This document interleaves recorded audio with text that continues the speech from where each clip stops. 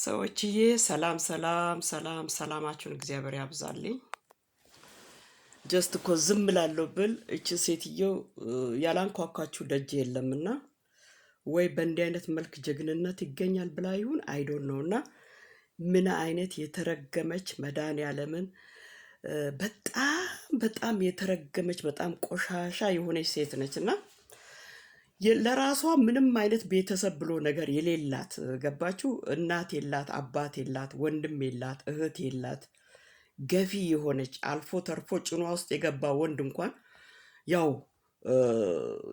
ታንቆ በዚህ ሁኔታዋ አቃጥለው አንገብግበው ታንቆ የሞተበትን ገመዱን ራሱ አልጣልኩትም ልብስ እያሰጠው ነው አለች። እና እንደገና እዛ ማድረቂያ ክፍል አስደርቃ ሬሳውን አስፈጭታ ዱቄቱን ቤት አስቀምጣ ሶጣ ስገባ ተፋበታለሁ እያለች ሶሻል ሚዲያ ላይ አምጥታ ያንን የሱ የአስክሬኑን ዱቄት አምጥታ ብትንትን እያደረገችውና ነውር ብሎ ነገር የሌላት በቃ ሼምለስ ምን ይመጣብኛል ምን ይነካብኛል በቃ ምትል ሰው ነችና ፈራ እግዚአብሔር የሌላት ለምታደርገው ነገር እግዚአብሔር ምን ይለኛል ብሎ የማይሰቀጥጣት ገባችሁ?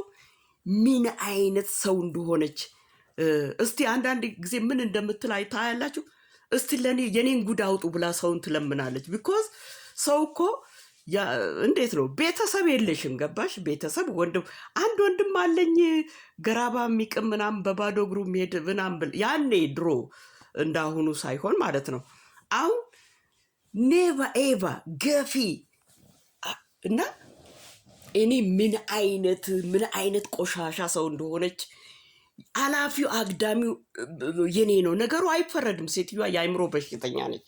በቃ እናንተ አሁን እዚህ ሚዲያ ላይ ከሆነ ሰው ጋር በቃ ጀስት አለ አይደለ እንደ አዋራ ቀልድ ከጀመራችሁ ኦሮጣ ጣልቃ እንደ ዝንብ ትገባለች እዛ ውስጥ።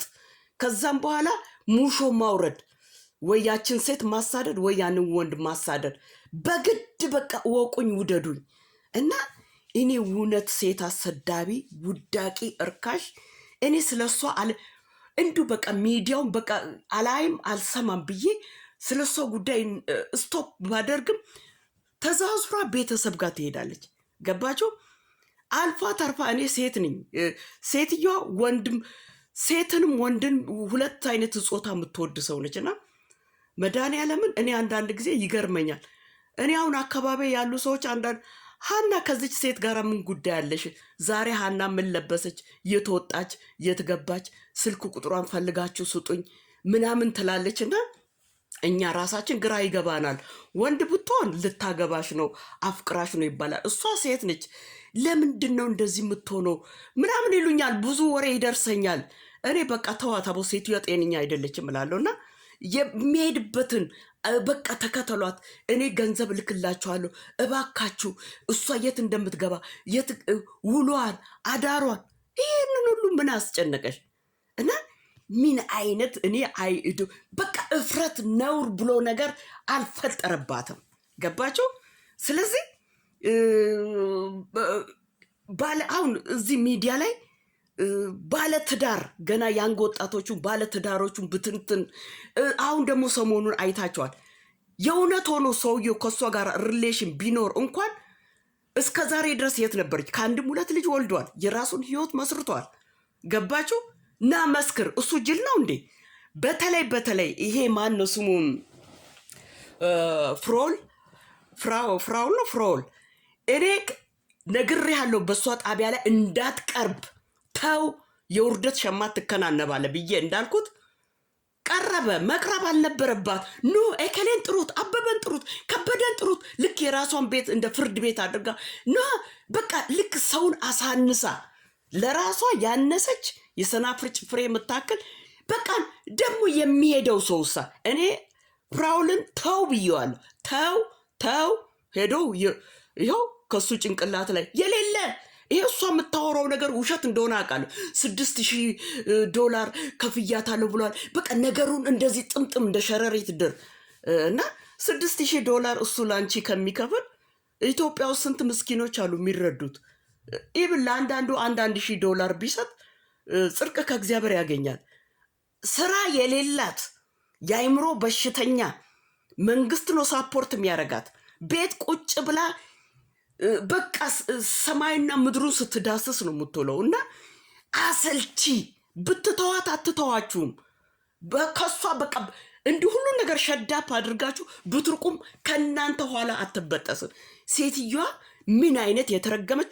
ወንድን እንዲህ ብታሳድድ እሺ ወንድ ነው፣ ሴትን ጭምር እኮ ነው። ሁለት አይነት ጾታ እኮ ነው ሴትዮዋ የምትወደውና እኔ የሌለብኝን ነገር ነው። እዛ ኢትዮጵያ ውስጥ አንድ አለች የሆነች ትርኪ ምርኪ የሆነች ባሪያ ፉጋ የሆነች ሴት እንዴት በቃ እንደዚህ ዙሪያ ጥምጥም ነገር ወሬ እንደዛ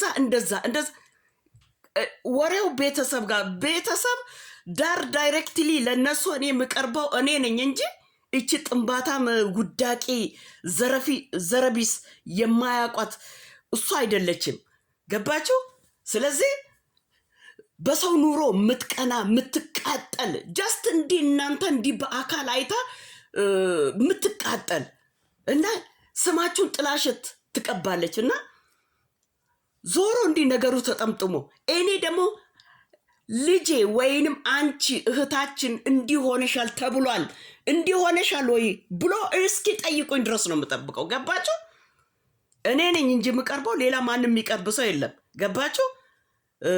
ከጠላት ጋራ የእናንተ ቤተሰብ ብሎ ነገር ከጠላት ጋራ ካበረ ይመቻችሁ ማለት ነው። እናንተ ሰላም ናችሁ፣ ኑሯችሁ፣ ልጆቻችሁ ከማንም በላይ ሰክሰስፉል ሆናችሁ ትኖራላችሁ። ገባችሁ? ስለዚህ በሰው ቤት ውስጥ ገብታ እኔ ምን አይነት ሞት እንደምትሞት ምን አይነት እኔ መድኃኒዓለም ምስክሬ ነው። የልጆቼን ፎቶ የኔን ፎቶ ጥልማኮ ሰርጋ ጥላሸት አድርጋ በሌላ ሰው ታሰድባለች። ደግሞ እኔን የምታሰድባቸው ሴቶች እኮ አዛውንቶች ሶሻል ሚዲያ ላይ ማለት እዚህ ቲክቶክ ላይ ሴክስ ከኋላ ሴክስ እየተደረጉ እኮ ከፊት ለፊት ያወራሉ። አጸያፊ በቃ የዳብሊዮስ አሪዮስ በቃ የሆኑ ስቱፒድ ጋዴም ሽት የሆኑ ሰዎች በእነሱ እንደ ራሷ ማለት ነው። እና እኔ እንግዲህ እኔን ሊሰድቡ ስሉ እኮ እንትናቸውን ይዘጋሉ።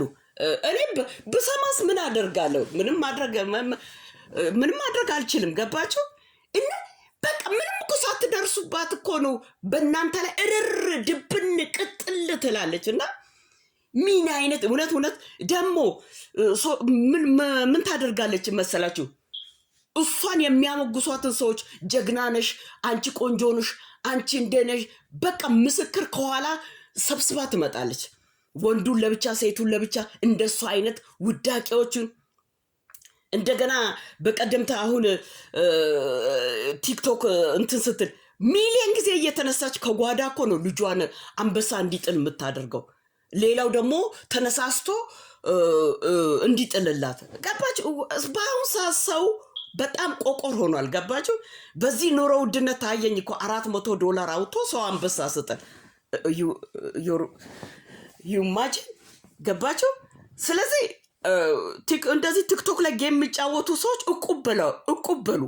አንዱ ከጣለ ያኛው ነገ ዛሬ አንድ አንበሳ ከጣለ ነገ 2 አድርጎ ይመልሳል። እሷ ደግሞ ውስድ አድርጋ ዝም ስትሰጥ ያየ ሰው የለም፣ አትሰጥም።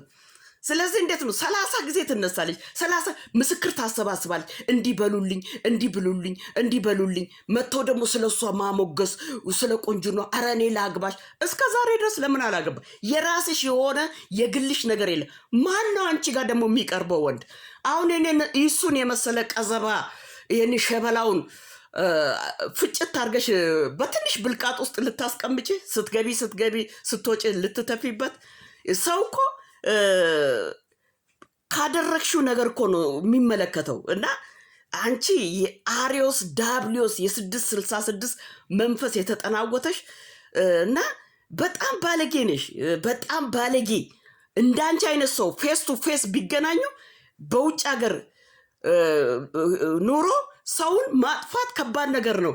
ግን አንቺ እንዲህ ዳር ዳይሬክትሊ ብትገኝ አጥፍተው መጥፋት።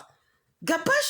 ስለዚህ አንቺ በጣም ዳብሊዮስ የሆንሽ ነገር ውሸታም፣ የውሸት አባት የውሸት እናት ነሽ። እና እግዚአብሔር በልጅሽና በአንቺ ላይ ፍርድ ያሳይ እና ሁሉም ሰው በአንቺ ላይ